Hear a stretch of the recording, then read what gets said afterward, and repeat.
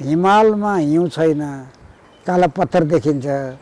समुद्रमा पानी बढेर समुद्र माने मालदिव जस्तो देश डुब्ने बेलामा आयो।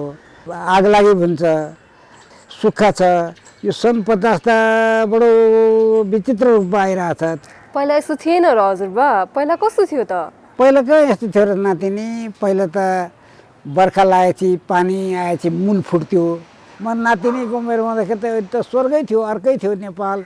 हरियाली, शीतल, बेलामा पानी आउने, बेलामा घाम लाग्ने, अनि कुहिरो लाग्ने, हिउँ पर्ने, तुसारो पर्ने, यस्तो पो थियो त हो पहिले त। यस्तो थियो पहिला? ओहो, अब हामीले यस्तो देख्न पाउँछौँ त?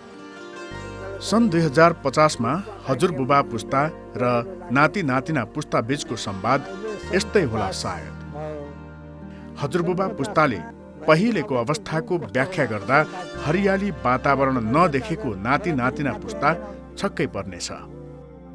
6 दशकको पत्रकारिता यात्रामा अधिकांश समय वातावरण पत्रकारितामा केन्द्रित हुनुभएका वरिष्ठ पत्रकार भैरव रिसालको अनुभव र कल्पना मात्र होइन, यो विज्ञ र वैज्ञानिकहरूको चेतावनी पनि हो। उनीहरूका अनुसार पृथ्वीको तापक्रम वृद्धिलाई 1.5 डिग्रीमा सीमित राख्न सकिएन भने सन् 2050 सम्ममा पत्रकार रिसालले कल्पना गरेको जस्तै अवस्था हुनेछ।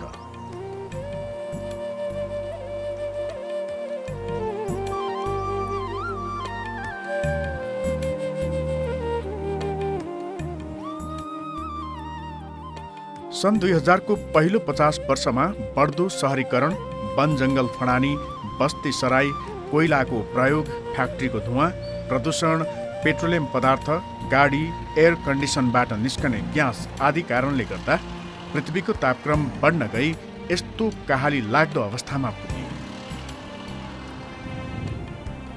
जलवायु परिवर्तनका कारण अधिक जोखिममा पर्ने मुलुकहरूको सूचीमा नेपाल पनि रहेको छ।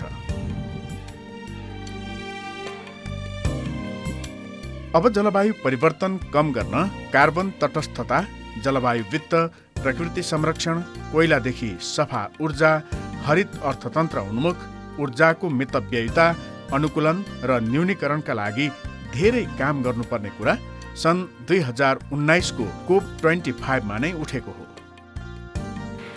त्यसो त नेपाल जलवायु परिवर्तन सम्बन्धी संयुक्त राष्ट्रसङ्घीय संरचना महासन्धि UNFCCC को पक्ष राष्ट्र भएसँगै सन् 1994 देखि नै सम्बन्धित कार्यमा सक्रिय रहँदै आएको छ। 2065 मा राष्ट्रिय अनुकूलन कार्यक्रम तयार गरी विभिन्न परियोजना सञ्चालन भएका छन्।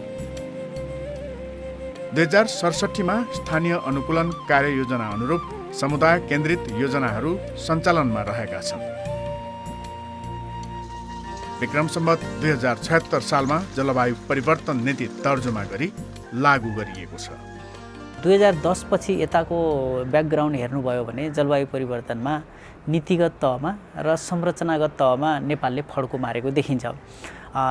यसरी फड्को मारिरहँदा 2010 मा राष्ट्रिय स्तरको अनुकूलन प्लान र 2011 को चाहिँ पहिलो जलवायु नीति, यी दुईवटा डकुमेन्टले एकदमै धेरै अब मार्ग प्रशस्त गरेको अवस्था हो। जब हामीले सन् 2015 मा नेपालको नयाँ संविधान आयो, हामीसँग 3 तहका सरकारहरू भए र अहिले पछिल्लो समयमा हामीले जुन राष्ट्रिय जलवायु नीति 2076 अथवा सन् 2019 ल्यायौँ, यो पछिल्लो सबैभन्दा महत्त्वपूर्ण डकुमेन्ट हो। यसका साथसाथै हामीले वातावरण संरक्षण ऐनको परिच्छेद 4 मा जलवायु परिवर्तन सम्बन्धी विशेष व्यवस्था गऱ्यौँ र हामीले स्थानीय अनुकूलन योजना बनाउनको लागि 753 वटा स्थानीय सरकारहरूलाई मध्यनजर गरेर स्थानीय अनुकूलन संरचना पनि हामीले तयार गरिदिएका छौँ। यसरी अहिले पनि प्रभावको जोखिममा रहेका क्षेत्र, समुदाय लक्षित अनुकूलनका कार्यक्रमहरू सञ्चालन भइरहेका छन्। तर पनि जलवायु परिवर्तनको असर बढ्दो छ।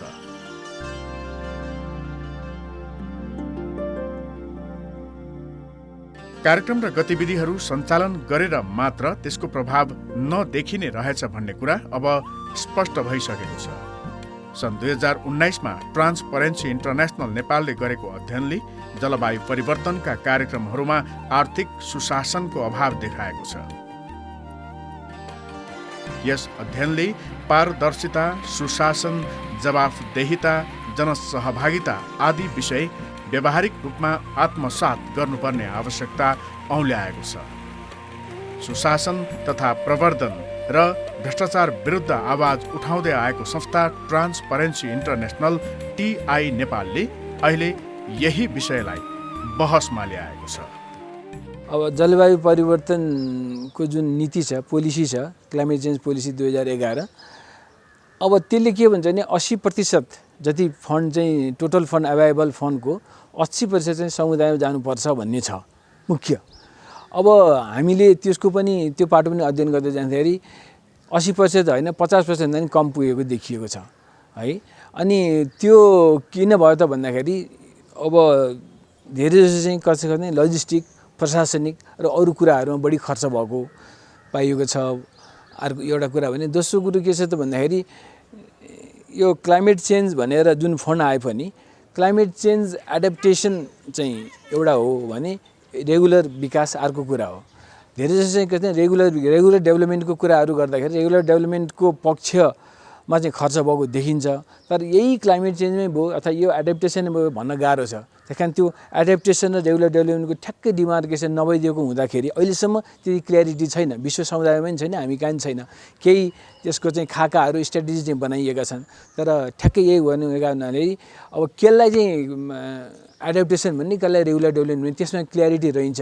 त्यसले गर्दा यो बजेट पनि यो क्लाइमेट चेन्ज गएको बजेट पनि केही चाहिँ विकास कार्यहरूमा खर्च भएको हुँदाखेरि त्यो अलिकति यतापट्टि एडप्टेसन चाहिँ ओझेलमा परेको छ। केही अघिसम्म जलवायु परिवर्तनका कारण जोखिम र समाधानका लागि कार्यक्रम सञ्चालन जस्ता विषय मुख्य थिए। यसका लागि कस्ता कार्यक्रम ल्याउने भन्ने कुरा रणनीतिको मुख्य पक्ष थियो। तर अहिले बिस्तारै सुशासन र आर्थिक पारदर्शिताका कुरा मुख्य मुद्दाका रूपमा अगाडि आएका छन्। अहिले हरेक क्षेत्रमा सुशासन, पारदर्शिताको अभाव देखिएको छ। हरेक कार्यक्रमहरूले लिएको लक्ष्य हासिल नहुनुको कारण पनि यही हो। यसको अभावमा लक्षित वर्ग लाभान्वित हुन सक्दैन, यसरी उपलब्धि हासिल हुन सक्दैन। जो जिम्मेवार पदाधिकारीहरू हुन् उनीहरूलाई दिइएको जिम्मेवारी चाहिँ बोध नगरेको चाहिँ अनुभूति हामीले चाहिँ गरिराखेका छौँ। नम्बर 1। नम्बर 2, पारदर्शिताको पनि ज्यादै अभाव छ।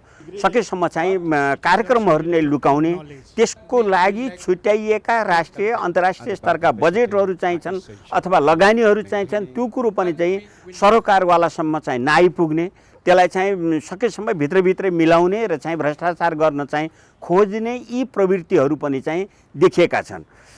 र तेस्रो कुरो चाहिँ जुन चाहिँ इन्टिग्रिटी हो भनौँ न, यी कुराहरूको चाहिँ अलावा जिम्मेवार व्यक्तिहरूमा जुन एउटा चाहिँ सदाचार कायम हुनुपर्ने हो मुलुकको सर्वाधिक हितको लागि, त्यो कुराहरूको पनि चाहिँ अभाव देखिएको छ। मूलत यी कुराहरू किन भइराखेको छ भने हाम्रो समाज अहिले चाहिँ कसरी हुन्छ जायज नाजायज तरिकाबाट अर्थोपार्जन गर्ने र चाहिँ व्यक्तिगत लाभ प्राप्ति गर्नेतिर चाहिँ उन्मुख भइराखेको हुनाले यी कुराहरूमा चाहिँ पारदर्शिता, जिम्मेवारी र चाहिँ सदाचारको चाहिँ अभाव खड्किएको हो। कारण यही हो जलवायु परिवर्तनका सम्बन्धमा राष्ट्रिय र अन्तर्राष्ट्रिय तहमा थुप्रै कार्यक्रमहरू लागू गरिए पनि उपलब्धिहरू चाहिँ कागजमै सीमित रहनु। सुशासन र आर्थिक पारदर्शिताको अभावका कारण नै जोखिमयुक्त क्षेत्र र प्रभावित समुदायको जनजीवनमा यस्ता कार्यक्रमले धेरै परिवर्तन ल्याउन सकेन। अब राज्य, सङ्घ संस्था, स्थानीय र सरकारवाला सबैले यसका विरुद्ध विशेष रणनीतिका साथ अघि बढ्नु पर्दछ।